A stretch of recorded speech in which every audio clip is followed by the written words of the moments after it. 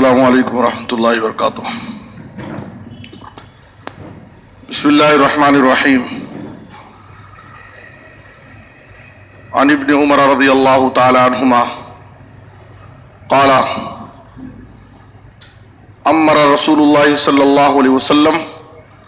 وصامت على قوم فطعنوا في امارته فقال ان تطعنوا في امارته فقد طعنتم في امارة ابيه من قبله وايم الله لقد كان خليقا للامارة وان كان لمن احب الناس الي وان هذا لمن احب الناس الي بعده رواہ البخاری۔ محترم حضرات، اس سے پہلے آپ حضرات کے سامنے ابو بکر صدیق رضی اللہ تعالیٰ عنہ کی سیرت کے حوالے سے ہماری گفتگو ختم ہوئی تھی ابو بکر صدیق رضی اللہ تعالیٰ عنہ کی خلافت پر۔ ابو بکر صدیق رضی اللہ تعالیٰ عنہ کو صحابہ کرام کے اتفاق رائے سے خلیفہ اول منتخب کیا گیا، اور اس سلسلے میں کسی کو آپ کی خلافت پر کوئی اختلاف نہیں تھا، یہاں تک کہ عمر رضی اللہ تعالیٰ عنہ، حضرت علی رضی اللہ تعالیٰ عنہ، بڑے بڑے صحابہ نے ابو بکر صدیق رضی اللہ تعالیٰ عنہ کو خلافت کے تئیں خراج تحسین پیش کیا اور ان کی خلافت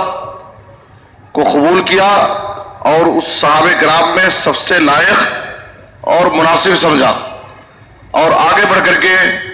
ان کے ہاتھ پر خلافت کی بیعت کی۔ ابو بکر صدیق رضی اللہ تعالیٰ عنہ باتفاق رائے خلیفۃ الرسول اور خلیفۃ المسلمین قرار پائے۔ خلافت مقرر ہونے کے بعد ابو بکر صدیق رضی اللہ تعالیٰ عنہ نے صحابہ کرام کے سامنے خطاب کیا۔ حمد و ثنا اللہ رب العالمین کی حمد، نبی صلی اللہ علیہ وسلم پر درود بھیجنے کے بعد کہا کہ مجھے تمہارا حاکم اور خلیفہ بنایا گیا ہے، لیکن اس کا یہ مطلب نہیں ہے کہ میں تم میں سب سے زیادہ بہتر ہوں۔ دیکھیے، یہ ابو بکر صدیق رضی اللہ عنہ کی تواضع اور خاکساری ہے۔ کہہ رہے ہیں کہ مجھے خلیفہ بنایا گیا ہے، تو اس کا یہ مطلب نہیں ہے کہ میں تم میں سب سے زیادہ بہتر ہوں اس لیے مجھے خلیفہ بنایا گیا۔ اگر میں اچھا کروں تو تم میرا ساتھ دو، میرا تعاون کرو، اور اگر میں غلط چلتا ہوں تو تم میری اصلاح کرو، اور یاد رکھو کہ تمہارے نزدیک جو کمزور ہے وہ میرے نزدیک طاقتور ہے، جب تک میں اسے حق نہ دلا دوں، اور تمہارے نزدیک جو طاقتور ہے وہ میرے نزدیک کمزور ہے، جب تک میں اس سے حق نہ لے لوں۔ یعنی ابو بکر صدیق رضی اللہ عنہ کے پاس بحیثیت خلیفہ سماج اور معاشرے رعایا کے کمزوروں کا بہت درد تھا ان کے دل میں،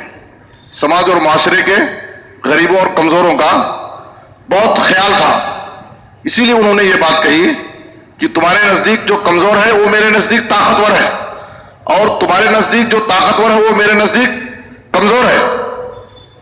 اس کے بعد ابو بکر صدیق رضی اللہ عنہ نے کہا کہ جب کوئی قوم اللہ کی راہ میں جہاد کرنا چھوڑ دے تو اللہ رب العالمین ایسی قوم پر ذلت کی مار مارتا ہے، اور سچائی ایک امانت ہے، جھوٹ ایک خیانت ہے، اور جس قوم میں کھلے عام بے حیائی برائی پھیل جائے تو ایسی قوم پر اللہ رب العالمین عام طور پر وبائیں اور بلائیں نازل فرماتا ہے۔ یاد رکھو، جب تک میں اللہ اور اس کے رسول کی اطاعت کروں تم بھی میری اطاعت کرنا، اور جب میں اللہ اور اس کے رسول کی نافرمانی کروں تو تمہیں میری اطاعت نہیں کرنی چاہیے۔ یعنی کسی کی بھی، چاہے وہ وقت کا خلیفہ ہی کیوں نہ ہو، کسی بھی مخلوق کی اللہ کی نافرمانی میں اطاعت کرنا جائز نہیں ہے، اور یہ بات ابو بکر صدیق رضی اللہ تعالیٰ عنہ نے اپنے خطبہ خلافت میں سب کے سامنے پیش کیا. یہ ابو بکر رضی اللہ تعالیٰ عنہ کا خطبہ ہے جس کا ایک ایک لفظ اپنے اندر بڑا معنی رکھتا ہے اور اس کے اندر بڑی گہرائی ہے کہ ابو بکر صدیق رضی اللہ تعالیٰ عنہ کو اپنی خلافت کے تئیں کتنی ذمہ داری کا احساس ہے اور کس احساس کے ساتھ انہوں نے لوگوں کے سامنے یہ خطبہ پیش کیا ہے. خلافت کی ذمہ داری سنبھالنے کے بعد ابو بکر صدیق رضی اللہ تعالیٰ عنہ کے سامنے بڑے مسائل تھے, بڑے چیلنجز تھے جن کو ابو بکر صدیق رضی اللہ تعالیٰ عنہ کو فیس کرنا تھا. سب سے پہلے ابو بکر صدیق رضی اللہ تعالیٰ عنہ نے خلافت کی ذمہ داری سنبھالنے کے بعد جو کارنامہ انجام دیا وہ لشکر اسامہ کی روانگی ہے. نبی صلی اللہ علیہ وسلم نے اپنے مرض الموت میں وفات سے چند دن پہلے ایک لشکر تیار کیا تھا رومیوں سے مقابلہ کرنے کے لیے. رومی یہ مسلمانوں کے سخت ترین دشمن تھے اور ہمیشہ مسلمانوں کو رومیوں کی طرف سے خارجی طور پر خطرہ لاحق رہتا تھا. ان کے اس خطرے کو کچلنے کے لیے اور ان کی طاقت کو کمزور کرنے کے لیے آپ صلی اللہ علیہ وسلم نے ایک لشکر تیار کیا اور اس لشکر کا امیر اسامہ بن زید رضی اللہ عنہ کو مقرر کیا. اسامہ بن زید رضی اللہ عنہ ابھی 18 یا 20 سال کی عمر کے تھے. نبی صلی اللہ علیہ وسلم بیمار پڑ گئے اور یہ لشکر آپ کے حکم سے روانہ ہو گیا. مدینہ سے باہر ابھی جرف نامی جگہ پر یہ لشکر پہنچا تھا کہ نبی صلی اللہ علیہ وسلم کی بیماری کی شدت کی اطلاع ان کو ہوئی اور جب آپ صلی اللہ علیہ وسلم کی وفات کی خبر ان کو ملی تو یہ لشکر واپس مدینہ آ گیا. وفات رسول کے تیسرے دن ابو بکر صدیق رضی اللہ عنہ نے اس لشکر کو روانہ کرنے کا حکم دیا. بڑے بڑے صحابہ کرام کا یہ مشورہ تھا کہ وفات رسول کے بعد مدینے کے اندر عرب کی حالت بدل گئی ہے اور بہت سارے لوگ مرتد ہو گئے ہیں, بہت سارے چیلنجز ہیں. ایسی صورت میں ایک بڑی فوج, ایک بڑا لشکر مدینے سے باہر روانہ کرنا یہ مناسب نہیں معلوم ہوتا ہے, اس لیے کہ ہر طرف سے کفار و مشرکین مدینے پر حملہ کرنا چاہتے ہیں. اس لیے مدینے کو خالی کرنا اس وقت مناسب نہیں ہے. ابو بکر صدیق رضی اللہ عنہ نے کہا جو لشکر نبی صلی اللہ علیہ وسلم نے اپنی زندگی میں روانہ کرنے کا حکم دیا تھا میں اس لشکر کو کبھی روک نہیں سکتا اور میں نبی صلی اللہ علیہ وسلم کے حکم کی ہرگز مخالفت نہیں کر سکتا. اس وقت ابو بکر صدیق رضی اللہ عنہ نے بڑی جرات و بے باکی سے کہا تھا کہ اگر مدینہ آدمیوں سے خالی ہو جائے اور جنگل کے درندے آ کر کے مجھے پھاڑ کھا لیں تو بھی مجھے اس بات کی پرواہ نہیں ہے اور میں لشکر اسامہ جس لشکر کو نبی صلی اللہ علیہ وسلم نے رومیوں سے مقابلہ کرنے کے لیے روانہ کیا تھا میں اسے روانہ کر کے رہوں گا. عمر فاروق رضی اللہ عنہ کا مشورہ یہ تھا کہ کسی عمر رسیدہ اور تجربہ کار کو اس لشکر کا امیر مقرر کر دے, اس لیے کہ اسامہ بن زید ابھی ناتجربہ کار اور کم عمر ہے. دیکھیے نبی صلی اللہ علیہ وسلم جو سریے اور لشکر روانہ کرتے تھے بسا اوقات کم عمر افضل کی موجودگی میں مفضول کو امیر مقرر کرتے تھے. کئی ایک ایسے سریے ہیں جس میں ابو بکر صدیق رضی اللہ عنہ, عمر فاروق رضی اللہ عنہ, بڑے بڑے مہاجرین صحابہ موجود ہیں, لیکن ان کی موجودگی میں نبی صلی اللہ علیہ وسلم کسی دوسرے کو امیر مقرر کر دیتے تھے کسی حکمت کے تحت. اس لشکر میں اسامہ بن زید کو کم عمری کے باوجود آپ صلی اللہ علیہ وسلم نے جو امیر مقرر کیا تھا, چونکہ اس علاقے میں ان کے والد زید بن حارث شہید کیے گئے تھے, زید بن حارثہ شہید کیے گئے تھے,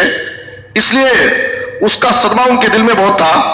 تو نبی صلی اللہ علیہ وسلم کے دل میں یہ بات تھی کہ اگر یہ امیر مقرر کیے رہیں گے تو یہ اپنے والد کی شہادت کو یاد کر کے ان کافروں سے جم کر کے کھل کر کے مقابلہ کریں گے اور اللہ تعالیٰ ان کے ہاتھ پر اس لشکر کو فتح دے گا. عمر رضی اللہ عنہ کا مشورہ یہ تھا کہ کسی عمر رسیدہ تجربہ کار کو امیر مقرر کر دیں. ابو بکر صدیق رضی اللہ عنہ غصے میں آ گئے اور اٹھ کر بیٹھ گئے اور عمر رضی اللہ عنہ کی داڑھی پکڑ لی غصے سے اور کہا کہ تم مجھے ایسا مشورہ دیتے ہو، نبی صلی اللہ علیہ وسلم نے لشکر کا امیر جس کو مقرر کیا تھا، میں کیسے یہ جرات کر سکتا ہوں کہ ان کو ہٹا کر کے کسی دوسرے کو امیر مقرر کروں؟ میں ہرگز یہ کام نہیں کر سکتا۔ اور ابو بکر صدیق رضی اللہ تعالیٰ عنہ نے بڑی کمال حکمت کے ساتھ اس لشکر کو روانہ کرنے کا حکم جاری کر دیا۔ اسامہ بن زید رضی اللہ تعالیٰ عنہ 700 فوجیوں اور سپاہیوں کو لے کر کے